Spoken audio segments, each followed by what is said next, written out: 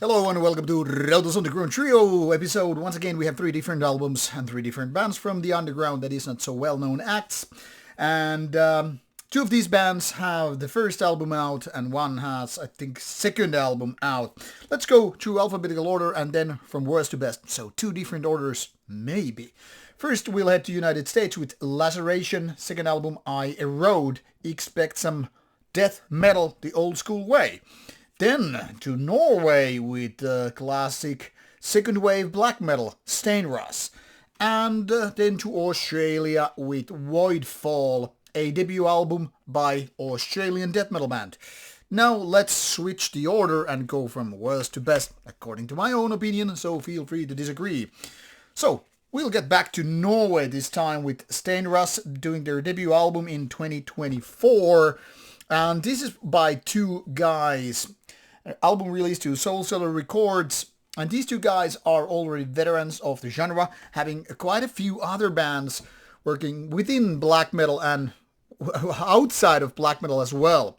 So the big question is, why do they need yet another black metal band when they have other bands which are, frankly speaking, at least some of them, better than this one? Now, this is a question which I obviously cannot answer. I can only speculate. Now, there's nothing wrong fundamentally with the style of Steinras. It's very, very basic 1990s inspired black metal. I mean, you got the kind of a basic riffs, the feeling, that is the atmosphere, the soundscape, vocals, everything. You probably heard it a million times by now. That is, if you have been living through the Norwegian black metal since the 90s. If you're a newcomer to the genre, maybe Steinras is going to make a bigger impact for you because maybe it actually feels fresh. Because it kind of reeks in a positive and a negative way from the 90s. Now, nothing here is outstanding, but nothing here is also outright wrong. I mean, basically, this is how Norwegian black metal sounded back in the days when you go for the, say, lesser ones. By lesser ones, I mean those bands that never got to the limelight, being the biggest, the most beautiful, the most badass, with songwriting, with aesthetics, everything. There's nothing wrong with Steinras doing the same style, obviously, but like I said, nothing really stands out. When it comes to the riffs, when it comes to the vocals, when it comes to the production, everything is something you heard many, many times. And then you're wondering, why does this feel like it's a little bit of a leftover cup?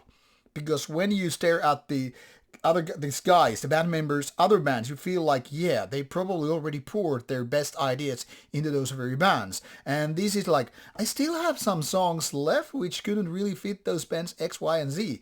And you're like, okay, well, let's have another project. This is how it sounds like, in my opinion. Like I said, there's nothing fundamentally wrong here. Nothing here exactly bad, but it's kind of a lukewarm when you compare this to the better ones. So this is why I'm rating it worst in this particular pile, even though it's totally listenable and all that stuff. It's just too basic of a black metal to make a bigger impact. However, if you still yearn for more Norwegian black metal, this is a good place to start. Then we have Voidfall from Australia. Here it says 5-piece old school death metal. Well, that's kind of a true, but also a little bit misleading. Now it of course depends from which school of death metal you're coming from. If you're expecting something, say, more American or more, say, Finnish death metal, you might be, okay, this is not exactly that. Now, if you go to Sweden, you have two schools to attend to. The Sunlight Studio stuff with all the dismembers, entombed, graves, etc. And then this one, which is more of a melodic kind. Yes, this actually sounds like an old school Swedish death metal project with lots of melodies. I'm not exactly talking about the In Flames and Dark Tranquility kind of stuff, which have more black metal when it comes to vocals, but somewhere between that. Think of bands like maybe Desultory, and then you're roughly in the same book. Maybe a little bit Hypocrisy and all. That said, there is a lot of melodic output, melodic approach to this old school sound. But if you start, comparing this to the so-called Sunlight bands, once again, the Graves and Entombs, Dismembers and the like, you might be a little bit, I don't know. Well, of course, Dismember, for example, have melodic stuff.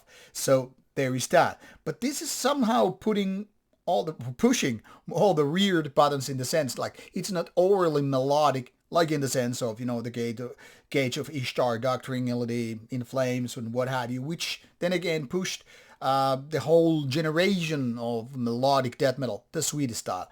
But it's not really that heavy that when you start comparing to the kind of a grooviness, or even the death and roll stuff, what Entombed and Entombed AD later on picked up, this is gonna fall between those extremities. Now, if I were to compare these to Hypocrisy, it lacks the punch, the catchiness, the hit songs.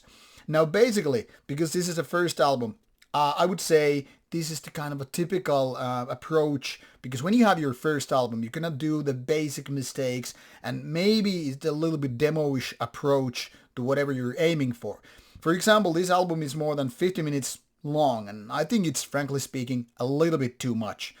The production could be a lot better, especially for this kind of music, like having more punch and also, kind of emphasizing the melodic parts here. But then again, like I said, there are lots of nice ideas. It only lacks a little bit more punch and focus. So maybe less lengthy and more focus on heavier production and stronger emphasis on the growly vocals, because now they're a little bit in between the shrieky, raspy style and the proper growly style. It's like kind of a grunting, but it's not bad. It's just a little bit work in progress if you ask me, but definitely going to some directions when they figure out how to place this and that. So, I don't know.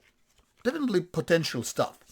And in my opinion, the best of the pile comes from United States, Laceration. Now, this is second album, so probably that's why this is more matured better than the two other bands. Erode is the second album, like I said, and this is listed on Metal Archives, if my memory serves me well, death trash. But I wouldn't say this particular album really sounds that much of a trash. It's just old school death metal, and back in the days, a lot of old school death metal albums sounded like trash. Just give a little bit of a glimpse to early Cannibal Corpse or Morbid Angel, stuff like that, and you already know what I'm talking about. So this one has a kind of American take on it, and it does pretty goddamn well. My only complaint is to say this could be even powerful if it was even catchier. Like now I start thinking of bands like Skeletal Remains and the like, which are in a way more modern, but then again also quite classic.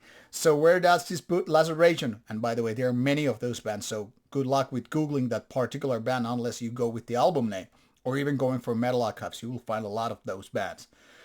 So I'm saying, if only this had more, say, tighter, maybe focus on production as well as songwriting. Be it some nasty melodies or just more brutal punch in your face, and this would be dealing, with lots of success. That's my take on it. But like I said, even in this form, it's very, very nicely done. It's a good album, a solid one, even if not exactly original. But like I said, best of the pile here. But since these three albums in question on this particular episode are very different from one another, it goes without saying you really can't compare. So it depends on your taste. I happen to like both black metal and death metal, so for me it's not so much a genre thing. But if you're into black metal, go with Steinras. If you're into melodic death metal, go with Voidfall. If you're into more classic, old school death metal, go with Laceration. All the links are provided in the description box, so click the ones you're interested in and start listening. And of course, I hope you like some of the music presented in this particular episode. And if not, well, at least you tried, right? So off you go, and see you soon with more reviews coming your way.